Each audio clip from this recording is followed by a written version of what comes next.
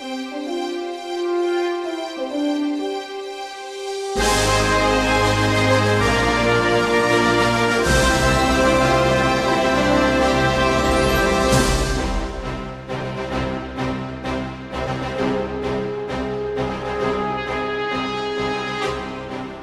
there, and welcome to the Time Machine with Trish and Mike. I'm Mike. And I'm Trish. And we're glad you're back with us once again for another episode full of stuff. Stuff and things. Stuff and things. That totally sounds like that should be a store name, you know. It stuff should and be. things. Like, I mean, this would be like maybe a, like a dollar store type thing, like stuff and things, It's not going to be like, I like that mug. Where'd you get it? Stuff and things. Yeah. we're on to something here. Put in the patent. Quick, go register that website before anybody listens to the show. Yeah. I'm on it. How was Well, your week, Mike? Good. Now that we own stuffandthings.com, so that way and .ca, Canadian versions coming fall 2022. Yes. Once we clear all the legal international business paperwork regulations and pay Anyone know a good lawyer? Yeah. Actually, I do know a good lawyer. I was going to say, works in Calgary. I got us covered here on the state side, so I think we're on to something. Well, folks, we will be ending this podcast after this week because we were now found our new business venture. Stuff and things. Oh, goodness. But yeah, your week. How was it? It's good. It's been fine. Thanks. Yeah. Actually, I've been on vacation for the last few days over at the beach. Yay. So that has been nice. Got it. It's like a perfect time, hurricane season. Yeah.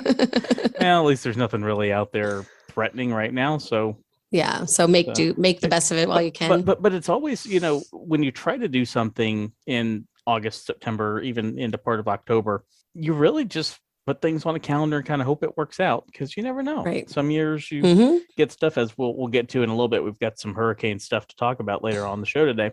But yeah, it's been a good week. How about yourself? Yeah, it's been good. I mean, just trucking along with getting stuff figured out for school. Tomorrow we have our Terry Fox run at school. So I've been busy. I'm the lead at school about that. So I've been, getting the kids hyped and remembering to get in donations and things like that. So it's been good. I had some medical appointments. So I have an issue going on with the shoulder, just getting old. So I had to go get an ultrasound done on that. Oh, well, that's fun. Getting old That's is fun. Yeah. Like, why is it suddenly after 35, just everything starts to break? Just be glad you got to 35 without it falling apart.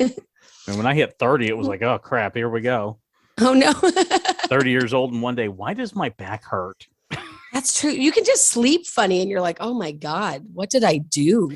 And it messes you up for days. It's not like, like if you don't get a lot of sleep one night, okay, by the next day, you kind of catch up on your sleep. You're okay. But it's like you sleep funny and you screw your back up. You're messed up for a week.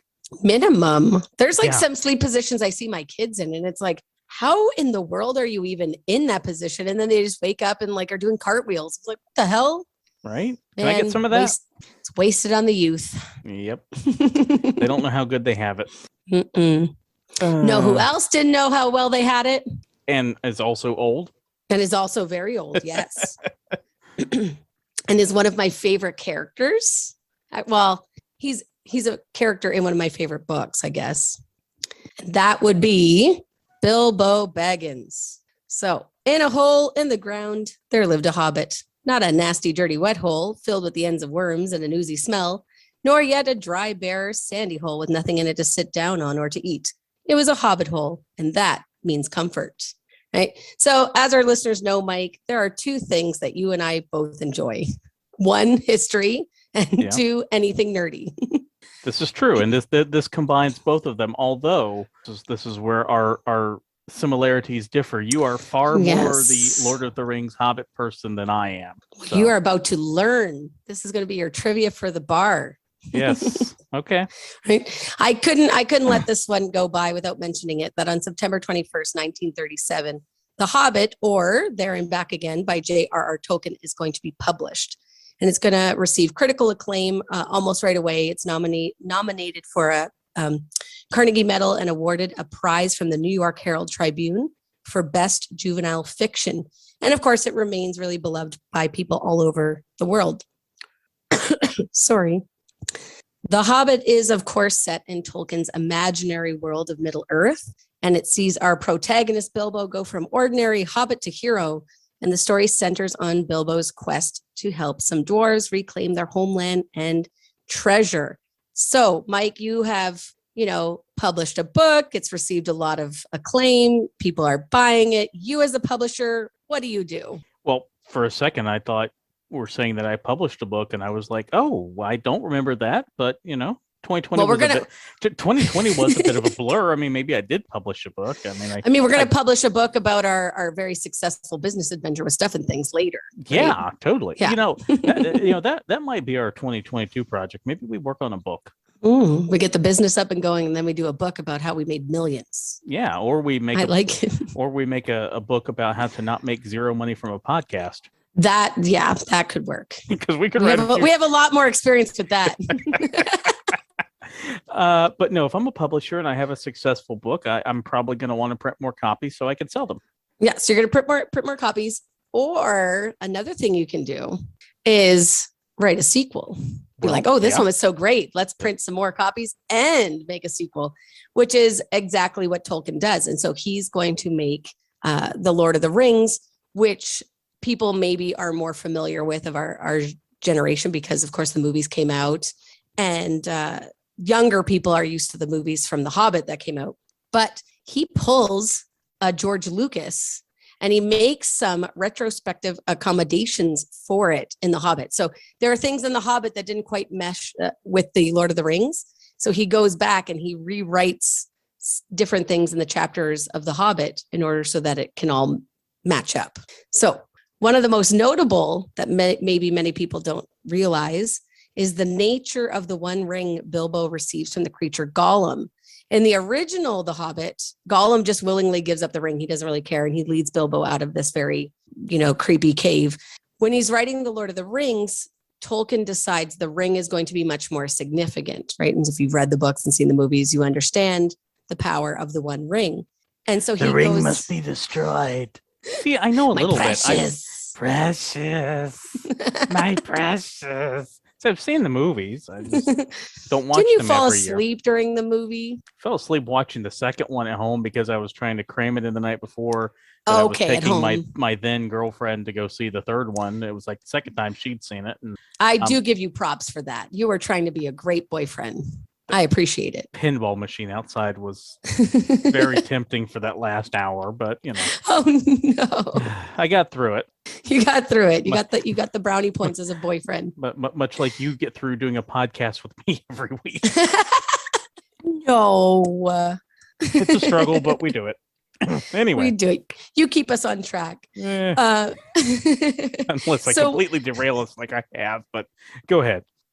Well, once Tolkien writes this important fact about the ring, of course, he's going to have to go back because Gollum's not going to willingly give up the ring. So he goes and makes this change. His publisher doesn't get in touch with him. And so Tolkien has no idea whether this change has been accepted or not. So as he writes The Lord of the Rings, he writes into the chapter that Bilbo just lied about how he got the ring. He's like, well, whatever. He just lied in the diary entry. And so this is the equivalent of when you're in a writing class and everybody got hit by a bus, the end. Right. Yeah. Or like the Sopranos ending. If I had seen the Sopranos, yes. Oh, for the I've been just lost Sean's support. Our friend Sean is like, that's it. It's been 14 years. I can tell you how the thing ends. Like you're ever going to watch it. But like, no, they're all in the diner and then the screen goes black. It's like, what the hell?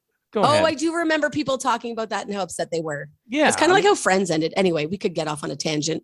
I was okay with the Friends ending, but whatever. Just kind of like, or Seinfeld. I wasn't particularly, it was fine. It was okay. That's the thing with all these shows, all these endings are so terrible. Like you get, the Sopranos and everybody was all worked up over the Game of Thrones ending. Yeah. You get these epic shows and then you get these turds for a finale. And it's like, I don't want to watch the show. What did we do to deserve this? Right. Anyway. Yeah. Yeah. Because I keep us on track. Like, I'm the one that gets us off track, but at least I get us back. Do. At least I get us like, back. I know. I'm so easy to get off on a tangent. Can you imagine me being your teacher? Like, kids just know. They're like, but Miss Koning, I have this really burning question. And it's like, all right, let's stop whatever we're learning about. Let's follow this crumb of knowledge down this rabbit trail. I love it. But you didn't give us any homework for the weekend. Shut up. Shush. Actually, I did this weekend. People were kind of grumpy, but it's like, whatever. We didn't get to the current event. But unbeknownst to Tolkien, his publisher did actually change the book. So now we have the 2 changes in the 2 stories, which is kind of funny. He makes some minor changes in terms of the time it takes to travel so that distances in The Hobbit match distances in The Lord of the Rings. He changed some of the foods that are eaten, which is, I'm like, okay, whatever. That's kind of an odd thing to change. But he does change the name of high elves. In the original text, the high elves were called for knowledge. And Tolkien soon became very apparent that the word gnome is used very differently in other places in the world. Like when you think gnome, you're thinking of a totally different creature than a high elf. If you say gnome, I'm thinking of the little Travelocity guy out in my yard. Right. I mean, I don't have one in my yard, but I'm just saying that. Yeah. Or like, no, what it was like, what was it? There was that cartoon like Gnomes in New York. And his name was like Gnorm the Gnome. Have you ever seen that? No, that must be some Canadian programming. Oh, Gnomes, and it's like the little gnome, and he lives in like a tree in Central Park. And anyway, it was a pretty decent little cartoon. I remember maybe it was decent. Childhood Trish remembers it being good. Well, there's a lot of crap from our childhood that we remember being good, and you go back and watch it, and it's like, wow, this is bad. Whoa. That's true. That's very true. Maybe I'll have to find it and watch it with my kids and get back to you on that. That'll be my homework. But yeah, so he's like, we can't call elves gnomes. That's a totally different visual. And the last one that I'm going to bring up is the changes to Gandalf the Grey, who in Lord of the Rings becomes this very wise and important wizard. And in The Hobbit, he's a wizard who obviously is powerful. But you're like, why would this really wise and powerful wizard just like go off with these like fools, that are the company of Thorin? Because they really are kind of a bumbling group as they get into their various adventures to get to the Lonely Mountain to deal with Smaug the dragon. This would be like King Arthur taking the Black Knights who say knee from Monty Python. Yes. It's like, why am I taking this band of losers with me? Exactly. It's just a flesh wound. You find out that, Gandalf is very worried that Smaug the dragon will be used as a tool for this newly rising Sauron who's in Lord of the Rings. So he's like, oh, okay, I guess this is why he's off with these goofballs. Maybe instead of a ring, they should have brought him a shrubbery. This is very true. Or at least some coconuts. Now, of course, The Hobbit's been made into 3 major motion films. It's actually sold over 100 million copies in 50 different languages. And do you want to know the most expensive copy? It's got to be sold for. Well, it depends what denomination we're using, but I'll say. So we're using American dollars. 10,000. Oh, so low. Finally, a math question that you're not accurate on. I mean, the value is whatever someone's willing to pay. I mean, somebody could pay $5 million for this thing. I don't think anybody would. 150? Okay, under 121. Okay. Pretty decent chunk of change for a book, is it right? Like autographed? Is it an original copy?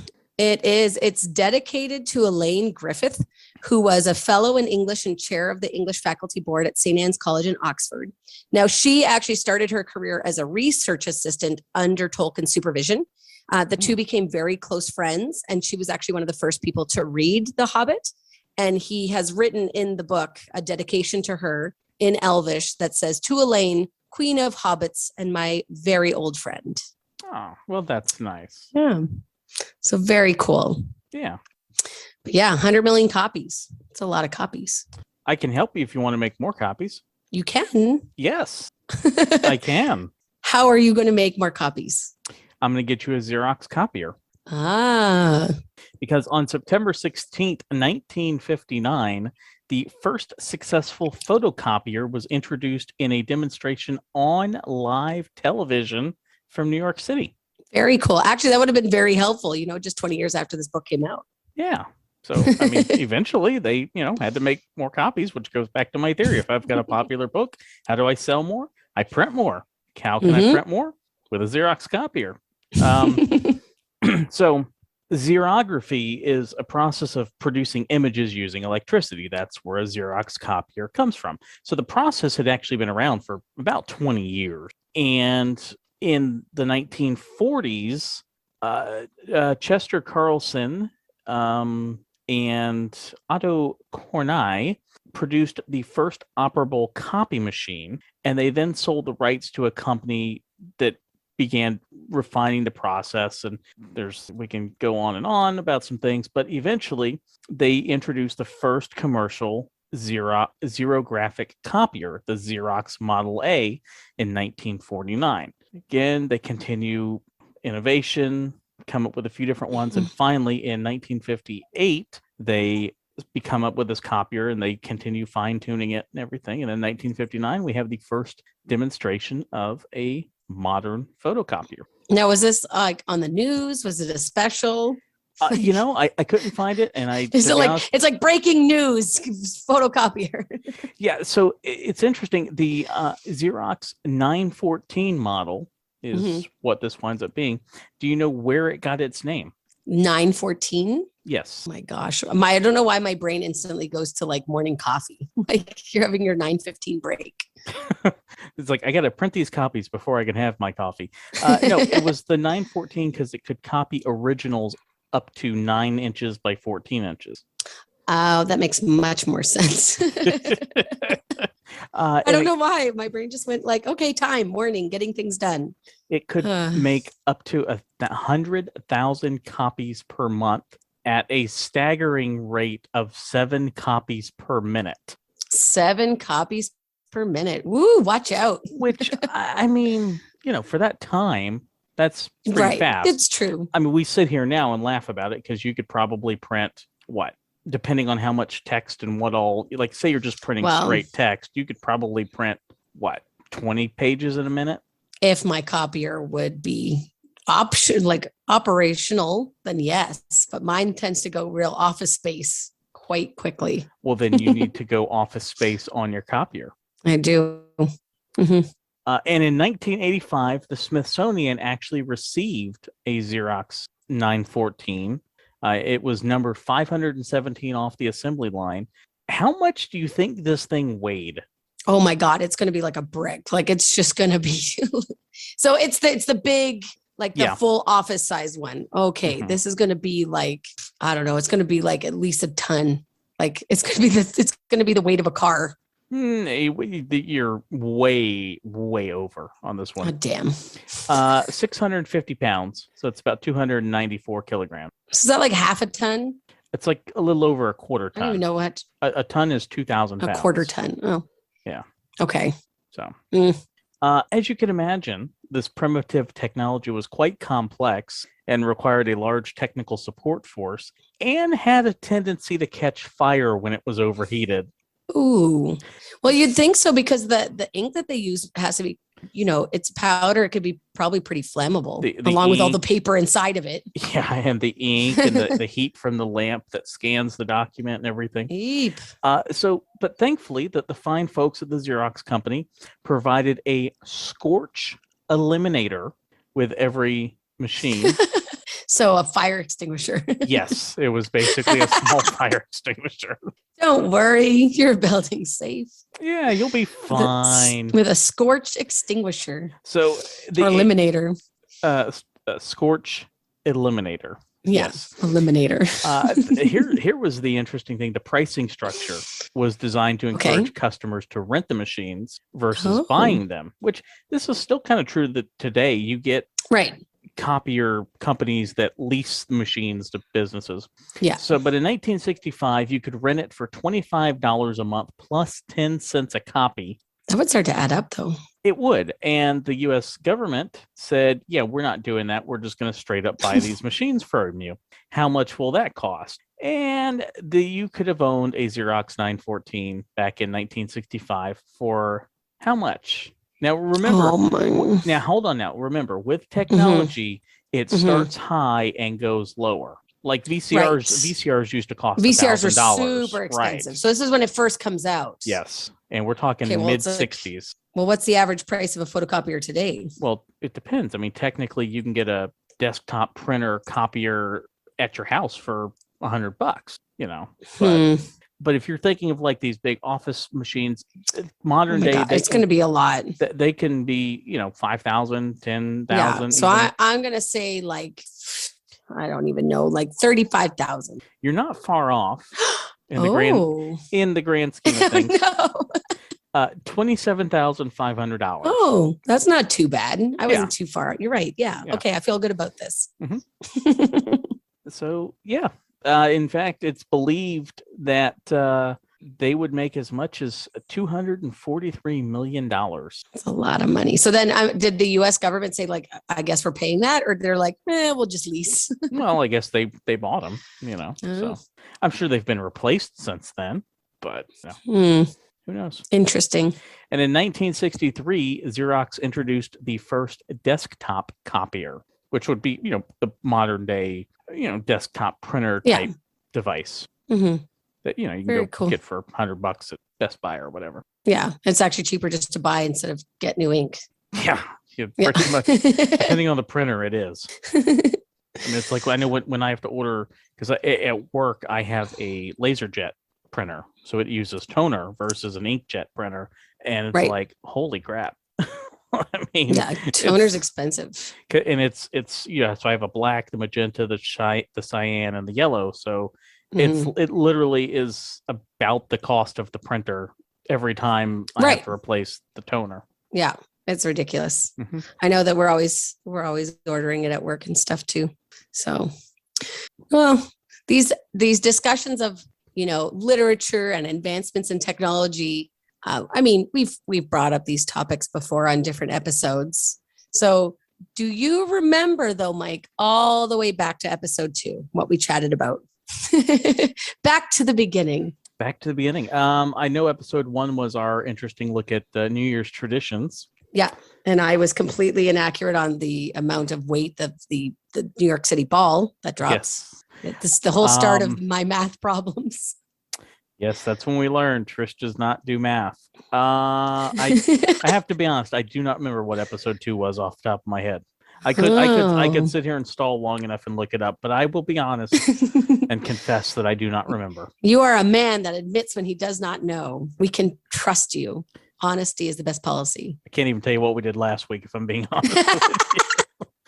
That's kind of true. I do know because it was our 9/11 episode, but anyway, go ahead. No.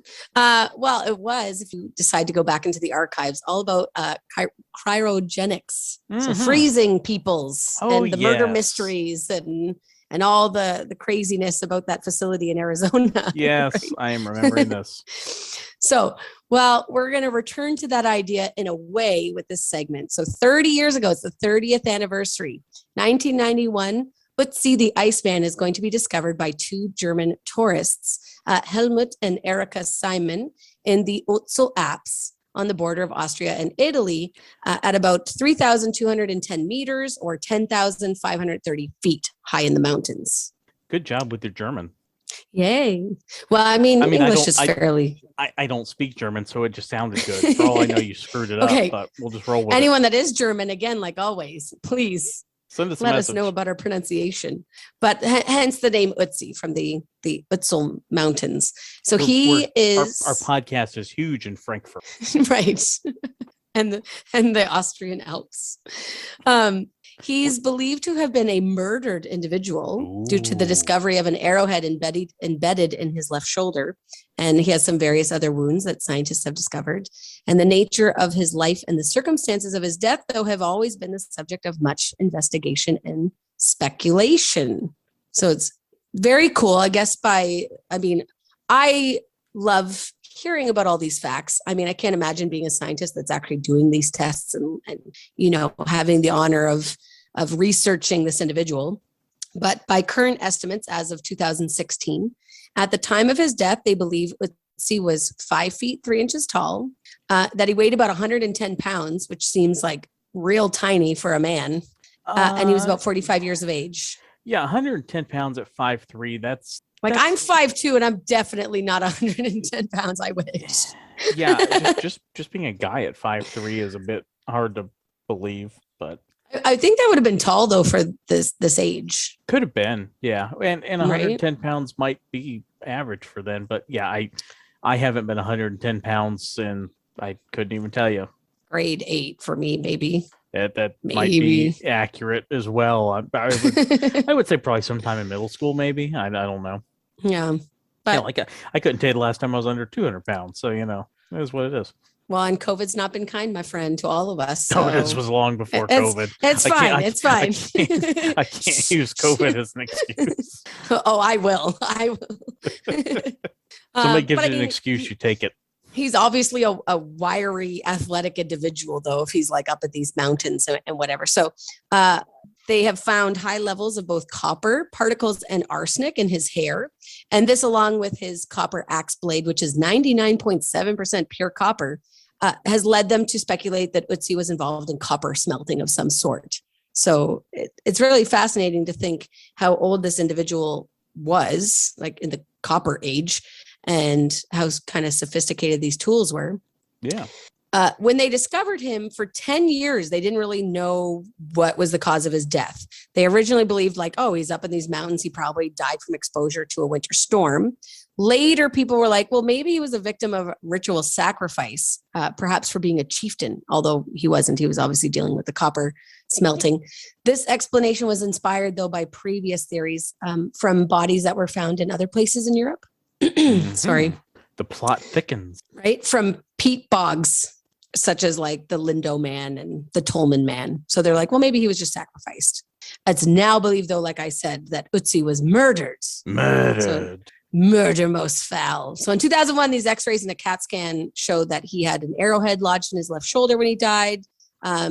They theorized that he actually passed away from the blood loss from the wound. And they said, even if in modern times someone suffered from this wound and got to a hospital, there's no way that they would have survived. So it was likely, right from the get-go, he was doomed. Further research found that the arrow's shaft had been removed before death. So Ötzi obviously had pulled it out. But the head was stuck in there. The head of the arrow was stuck in. And they found what's incredible is here is this person who's, preserved really well, because obviously a snowstorm had come right after his death, that they could see bruises and cuts to his hands, wrist, and chest. He had the indication of a blow to his head. And one of the cuts was to the base of his thumb that reached all the way down to the bone. So they're definitely defensive wounds that didn't have time to heal before he passed away. So like I said, they think that he bled to death when the arrow shattered his scapula and damaged nerves and blood vessels right by his lung. So not a great way to go. You're like, oh, poor Ötzi. No. Now, what's interesting is Italian law entitled the Simons to a finder fee from the South Tyrolean provincial government in northern Italy of 25% the value of Ötzi. I'm like, how do you put the price tag on a human mummy? I don't know how they can figure out. Yeah, I don't know on that one. I mean, you have rewards that are often posted for information on someone's disappearance or something, right. But that's an artificial. I don't say it's an artificial number, but you know what I mean. Like there's no standard. Like, oh, this kid's worth $10,000 or whatever. You know what I mean? Yeah, you're like, my child is worth this. I mean, with life insurance policies. I remember when my ex-husband came, his thumb was worth like $8,000. I was like, hey. Well, didn't like J-Lo get her butt insured back in the day? Yes, she did. I mean, it's a fine investment, but Yeah. I mean, people do it, obviously. And that's kind of what happened in 94. The authorities offered a symbolic award of 10 million lire, which is just over just over $7,000 US, which the Simons declined. They're like, no way. I believe this Ötzi is worth way more than $7,000. So, years and years later, this is 94. In 2003, they filed a lawsuit which asked the court to recognize their role in Ötzi's discovery and declare them his official discoverers. The courts decided in the Simons' favor in November of 2003. And at the end of December that year, they announced that they were seeking $300,000 US as their fee. And the provincial government decided to appeal that. They're like, we don't really feel like paying you 300,000 K in US dollars. Now, what's sad is in 2004, Helmut Simon died. 2 years later, in June 2006, an appeals court did affirm that the Simons had indeed discovered the Iceman and were therefore entitled to a finder's fee. It also ruled that the government had to pay their legal costs. What's going on in the background is there's other people they came forward at this time and said, oh yeah, we were there too. So the Simons were also challenging these individuals, and they're like, you weren't there until days later, like you didn't discover him. So there was a lot going on in the courts for a long time, and we all know things like this can take forever in the legal system. Oh yeah. Now, September 29th, 2008, it was announced that the provincial government and Mrs. Simon had reached a settlement of the dispute, under which she would receive just over 200,000 US dollars in recognition of Ötzi's discovery by her and her late husband, and the tourist income that is attracted because of his body and the different items that they found with him are on display in a museum. So not too shabby, but that's a long time to wait for, some coin. There are some 3 interesting facts about Ötzi that I thought was kind of cool. All right. So we know that early humans often had tattoos. So Ötzi had some tattoos. Do you want to know how many tattoos? Do you want to make a guess? 12. Ooh, low. 61. Jeez. It's a lot of tattoos for one person. And apparently they're all kind of in lines or very small symbols all over his body. Okay. Yeah. And they believe it was made from making cuts and then rubbing ash into the cuts. So that he would have had to get the tattoo process numerous times because some of the tattoos were quite dark. Like that sounds like a terrible process, right? We talk about FDA approval of tattoo ink. Yeah, I think this might predate that just a little bit. They discovered that Ötzi was lactose intolerant. So kind of interesting. Poor guy. He couldn't enjoy ice cream. And that he likely had Lyme disease, which makes him the oldest human with that illness. Interesting. Yeah. No one older than him has been discovered with Lyme disease. So, and they think it's Lyme based on, I don't know how they do it with the science, but there's some enzyme or something left behind from the Lyme. But yeah, pretty cool. So I don't know what I would do. Imagine you're just hiking in the mountains and you're like, is that a face or a foot? I'd freak out. First of all, I'm not going to be hiking that high up in a mountain range. It's not happening. Was just going to say, I think that's where the story ends for me, because I would not be up there. It's cold, high altitude, and extreme physical exertion. I'll be at the bottom of the ski hill. Yeah, same. Yeah. Hot chocolate in hand. I'll be waiting for you when you come down. I'll hold your stuff. Yeah. It's like when, going on a roller coaster, it's like, no, I'll hold your bag. Go for it. Have fun. Yeah. See you in 2 minutes. Yeah. That's exactly what happened last week. My daughters went to Fort Edmonton and Julia was brave. She went on the Ferris wheel, and I do not do rides. And so my friend Quinn, Uncle Quinn, he stepped up and took Julie on the ride. And I was like, I had 2 strollers. I had bags. I was like, all right. She made it one revolution around and had her eyes closed and then got off crying. So, but I was pretty proud of her. Good for her. Yeah. You gotta face those fears. Yeah. Or just stay at the bottom with you and go get ice cream. Yeah. I think that's a better plan. I like ice cream. Well, the Iceman didn't, but the Iceman didn't. That just means there's more for us. I mean, he could have enjoyed some Italian gelato. That's water base. Yeah. Now I want some. I know, me too. I could go for it. Why do we always talk about food? I don't know. We got to stop recording this when we're hungry. True. Yeah. Well, we can move on to our next thing. Okay. What do you got on the docket? Well, it is hurricane season after all. Right. Well, in September of 1961, Hurricane Esther formed out in the Atlantic and became a Category 5, which, doesn't happen often. Category 5 is the strongest hurricane out there. And, it spins around and everything. So there's really nothing odd or unique about this. Well, have you ever heard of Project Storm Fury? Project Storm Fury? No. Okay, well, keep listening, folks, because you're about to. So Project Storm Fury was first used on Hurricane Esther. And so what they did was a Navy plane flew out into the eye of Esther back when it was off the coast of Puerto Rico and dropped canisters of silver iodide into the storm. Okay. And it appeared to weaken the storm in response to all the iodine, being dropped in. However, this was only temporary. The hurricane resumed strengthening shortly thereafter. They flew out again the next day to try it again, but the canisters fell outside the eye wall, so they were basically completely wasted and didn't do anything. And the hurricane continued to strengthen. So this leads to Project Storm Fury. It went on for a couple of years. The theory was that the silver iodide would cause the supercooled water in the storm to freeze, which would disrupt the inner structure of the hurricane.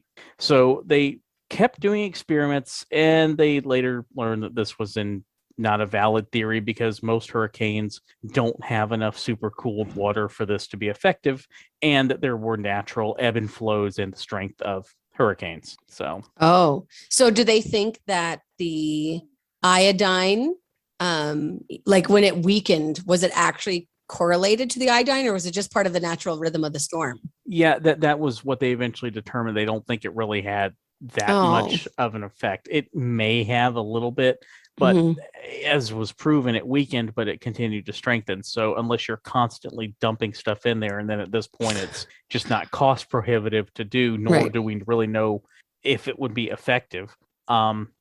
Well, interesting. Yeah. How do you even get a pilot who's like, yes, I will fly into the storm of a hurricane, a Category 5? Well, you have to be a brave person. We have pilots that do that now, that send reconnaissance planes out in the middle of hurricanes. That sounds crazy. I mean, I'm not signing up for that gig, but we got people that do it. Again, we'll wait at the bottom and hold your stuff and have a hot drink for you. Right.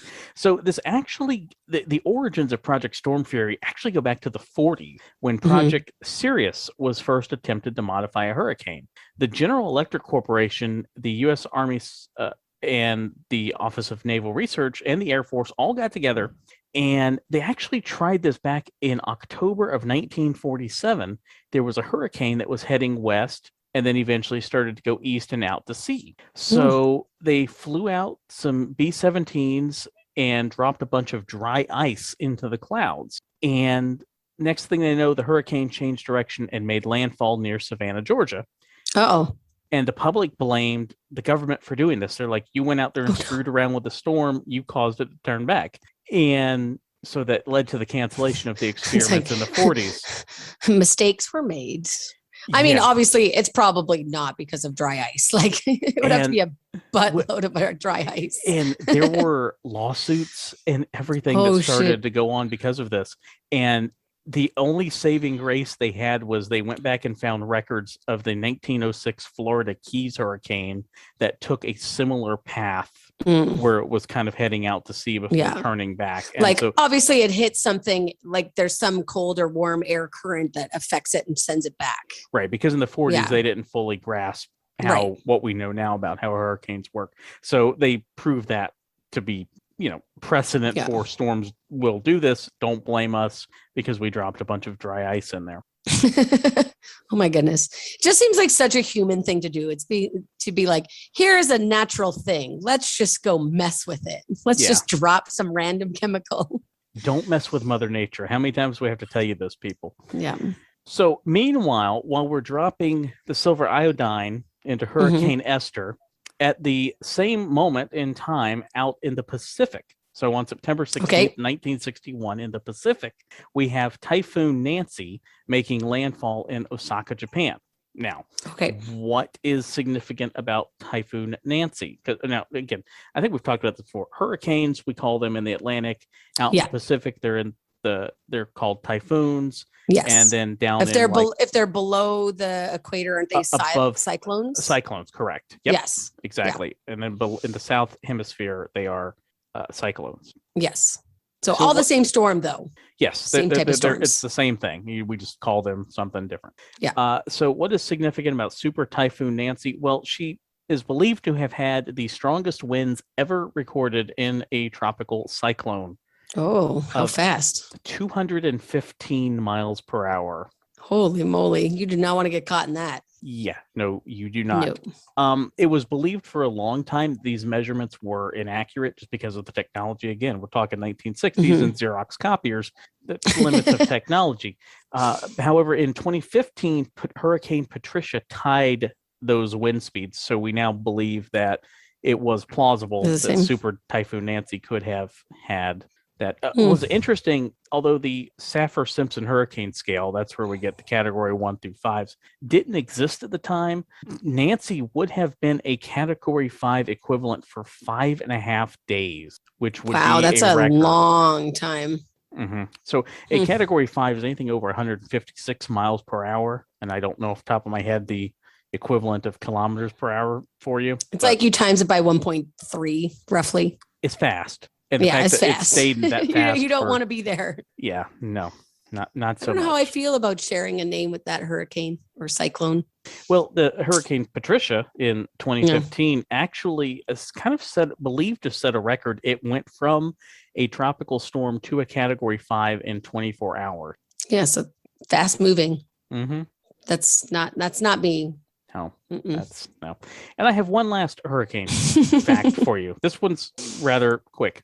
On September 20th, 1971, Hurricane Irene retained enough strength as it crossed over Mexico and got into the Pacific, where it was renamed Hurricane Olivia.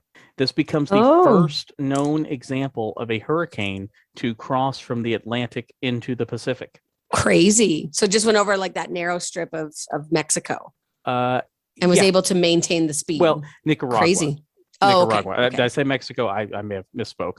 I meant to say Nicaragua, because we've since gone back and found unnamed systems prior that we believe have done this as well. But this was the first recorded in real time documentary. Now, there have been examples of like tropical storms somewhat maintaining and exiting and becoming a hurricane, or it's a hurricane, but it kind of just like, or just a block. Like there are examples of you being able to trace something from one ocean to the other. Like we just had Hurricane Grace in back in August that made landfall as a category 3. It kind of dissipated, but its remnants, once it got to the Pacific, turned into Tropical Storm Marty. So it does happen, but this was the first known instance of a actual hurricane maintaining its strength, exiting as a hurricane, and jumping into the Pacific. Now, at the prior to 2000, they would get a new name when they would cross over, but now they simply retain their original name.